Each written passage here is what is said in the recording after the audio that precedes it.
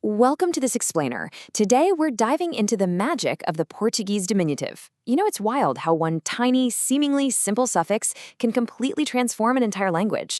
We're talking about a grammatical tool that does way more than just shrink the size of objects. It literally shifts the whole emotional landscape of a conversation, turning everyday sentences into these vibrant expressions of culture. Think about the standard Portuguese word for cat, gato. You add just a few letters to the end, giving you gatinho, and suddenly, it's a completely different vibe. It's not just a detached, factual description of an animal anymore. It becomes something much cuter, something closer to the heart. And that subtle, but honestly incredibly powerful shift is exactly what we're peeling back today. We're going to see how a few little letters carry some massive weight. Section 1. The magic of small things. So what exactly are we talking about here? The diminutive.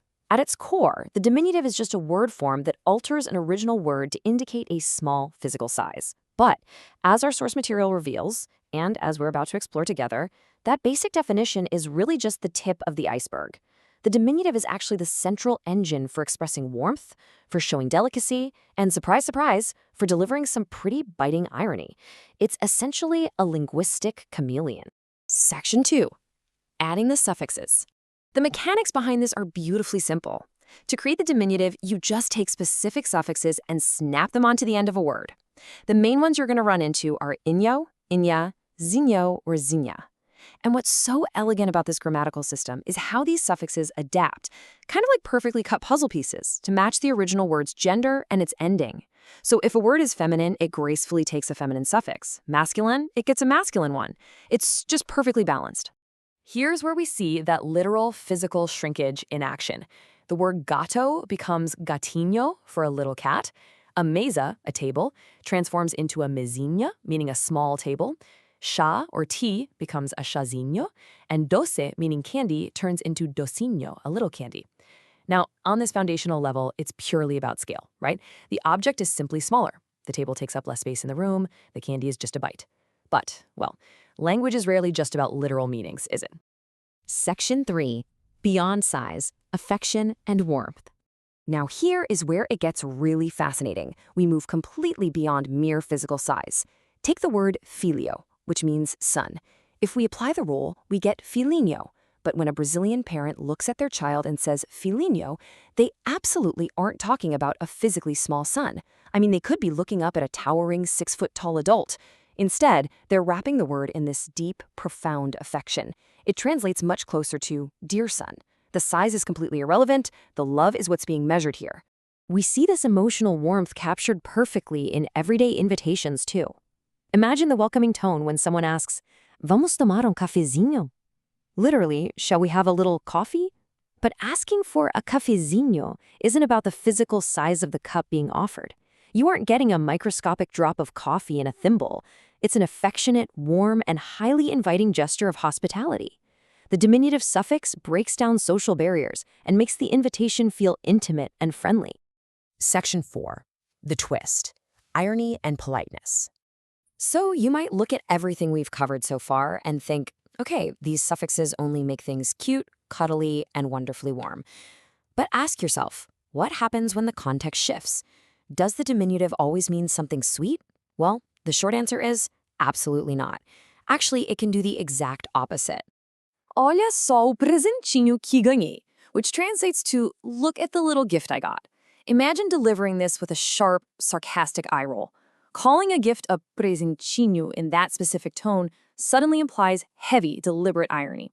It completely strips away the affection. You're using the diminutive to diminish the actual value of the object, maybe suggesting the gift was incredibly cheap, overwhelmingly disappointing, or just plain inadequate. It's a brilliant, highly subtle linguistic tool for sarcasm. On the flip side, consider how Brazilians navigate social friction. The phrase, "Pode me dar um minutinho," translates to, "Can you give me just a little minute?" Now, obviously, you can't literally shrink time. A minute is universally 60 seconds. But by asking for a minutinho, you're using a cultural tool to expertly soften a request. It projects deep politeness, ensuring that your interruption doesn't feel imposing or aggressive to the other person. You aren't shrinking the clock, you're shrinking the burden of the request. Section 5.